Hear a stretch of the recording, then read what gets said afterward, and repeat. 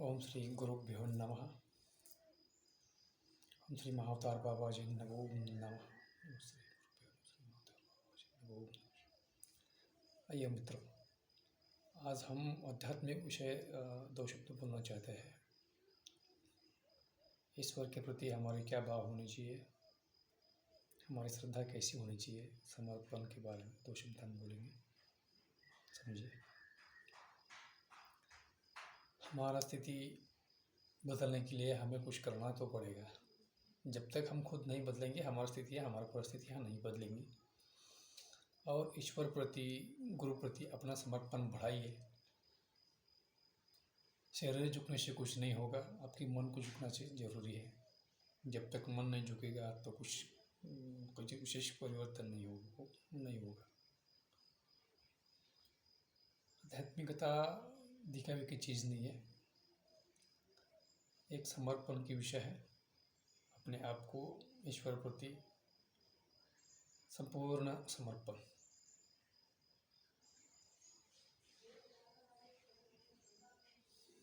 कोई ऐसा भाव मत बनाइए कि ऐसा भाव बनाइए कि समर्पण भाव ही बनाइए ईश्वर के प्रति। कोई शिकायत मत करिए ये भगवान को लेकर, ईश्वर को लेकर, गुरु को लेकर बोलेंगे कि शिकायत मत करिए। हमारे सुख और दुखों के कारण हम भी खुद हैं, इसलिए हम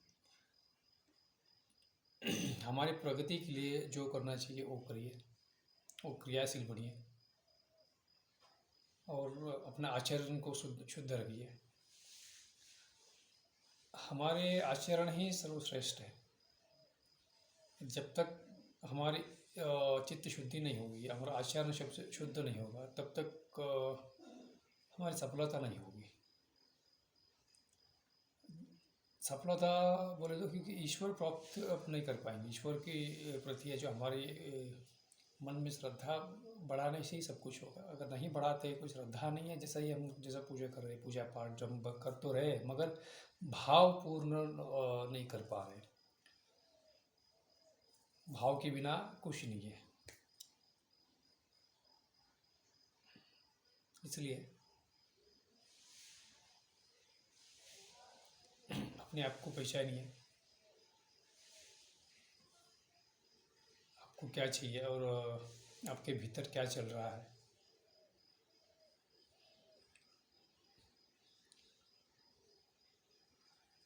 सोच समझ कर काम करते रहिए।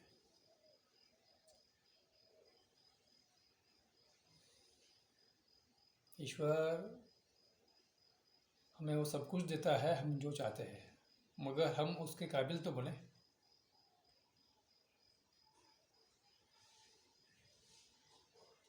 इसलिए कामना करने से कुछ नहीं होगा, वैसा हमें काम भी करना पड़ेगा, क्रियावान बनने पड़ेगा।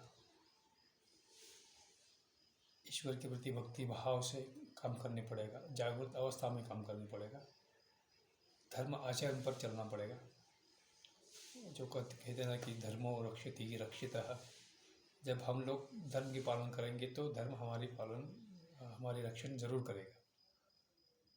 इसलिए अपने धर्म और समाज और राष्ट्र प्रति समर्पित रहिए। आज 15 अगस्त है, हमारे स्वतंत्रता दिन है। एक पावन पर्व पर हम आप सभी देशवासियों को हमारी तरफ से अधिक शुभेच्छा है। हम हमारी देश के प्रति हमारी क्या जवाबदारी है, हम क्या करनी चाहिए, राष्ट्र प्रति हमारी सेवा भाव भी होनी चाहिए, क्योंकि ये हमारी राष्ट्र है, ये हमारी भूमि है, ये हिंदुओं की भूमि ना। हिंदू समाज के प्रति, हिंदू धर्म के प्रति हमारी निष्ठा होनी चाहिए और हिंदू समाज और राष्ट्र के सेवा में सदैव हम लोग तत्पर होनी चाहिए, क्योंकि आने वाला समय कैसा रहेगा क्या रहेगा पता नहीं है। क्योंकि हम लोग को अभी फ़िलहाल देख रहे हैं कि दुनिया में क्या चीज़ें क्या हो रही है, आजू बाजू हमारे बगल वाले देश में क्या हो रही है, वो सब हम देखते हुए हम लोग जागरूक अवस्था में रहना चाहिए कि एक दूसरे की कनेक्टिविटी में रहना चाहिए कि एक दूसरे का सहायता के लिए तत्पर रहना चाहिए। और हम भी अपने आप को मजबूत बनाना चाहिए कि जैसा भी कोई भी कैसा भी अगर सिचुएशन अगर पैदा हो जाए तो हम उससे सामना कर सकें, ना कि कुछ चीज़ होने से भाग के घर को जाके फिर दरवाजा लगा के घर पर बैठ जाए, उसमें कोई मतलब नहीं रहेगा। और दूसरे की कोई कष्ट है, कोई अगर बंधु हमारे जो हिंदू बांधव अगर कोई कष्ट में है, कोई कुछ चीज़ें उसको परेशानी है, तो हम लोग उसकी सहायता करें, हो सके जितना जिस भाव से अब जिस हिसाब से आप उसको सहायता मदद कर सकते हैं वो करिए, वो करने की तैयारी भी रखिए। क्योंकि भले आप धनवान हो या धन आपके है नहीं है, या कोई ओपन मिडिल क्लास हो, जो भी व्यक्ति है, किस व्यक्ति को किस समय में किस हिसाब से कोई कुछ चीज़ की ज़रूरत पड़ेगी कुछ बोल नहीं सकते हैं। कैसा परिस्थितियाँ आएगी आगे आने वाले समय में कुछ पता नहीं, इसलिए है हम अपने आप को मजबूत बनाइए, अपने आंतरिक शक्ति को बढ़ाइए। क्योंकि आने वाले समय मुझे ऐसा प्रतीत भी होती है कि बहुत अच्छा नहीं रहेगा जब हम सोचेंगे या इतना दिन हमने जो जिंदगी जीते हुए आए हैं या दिन देखे वैसा दिन होगा नहीं होगा वो पता नहीं है। मगर इसलिए हम अपने आप को मजबूत बनाना चाहिए और हमारी आध्यात्मिक शक्ति को बढ़ाना चाहिए। इसलिए आपको अपने साधना करने की ज़रूरत है। जब हमारी शक्ति तभी बढ़ेगी ना, तो जब हम लोग कुछ साधना करेंगे, भक्ति करेंगे,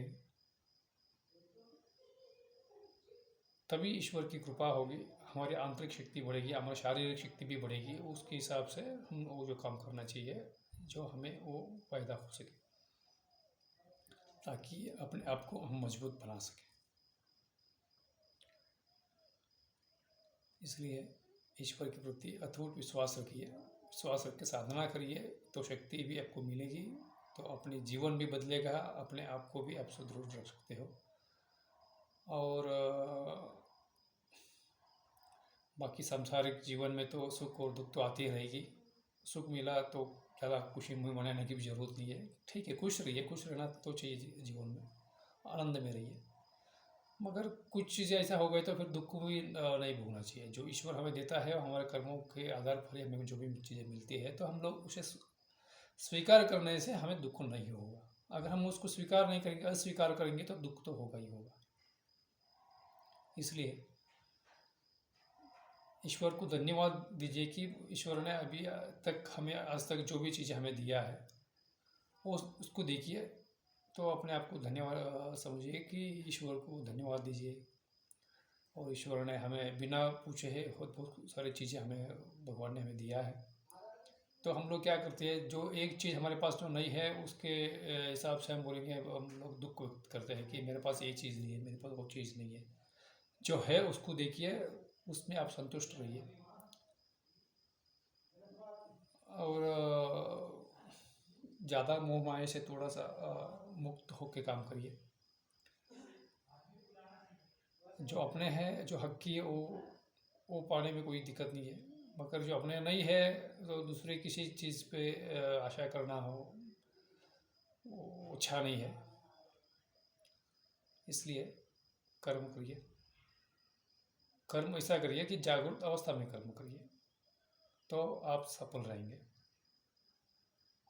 बस मुझे ये इतनी फिलहाल बस कहना था। समझिए और अपने ईश्वर के प्रति, गुरु प्रति, इष्ट देव के प्रति समर्पण बढ़ाइए, अपनी भक्ति को बढ़ाइए, सत्कर्म को बढ़ाइए। कर्म ही श्रेष्ठ है और जागरूक अवस्था में कर्म करिए। जय बाबा जी। कल्याण कल्याण।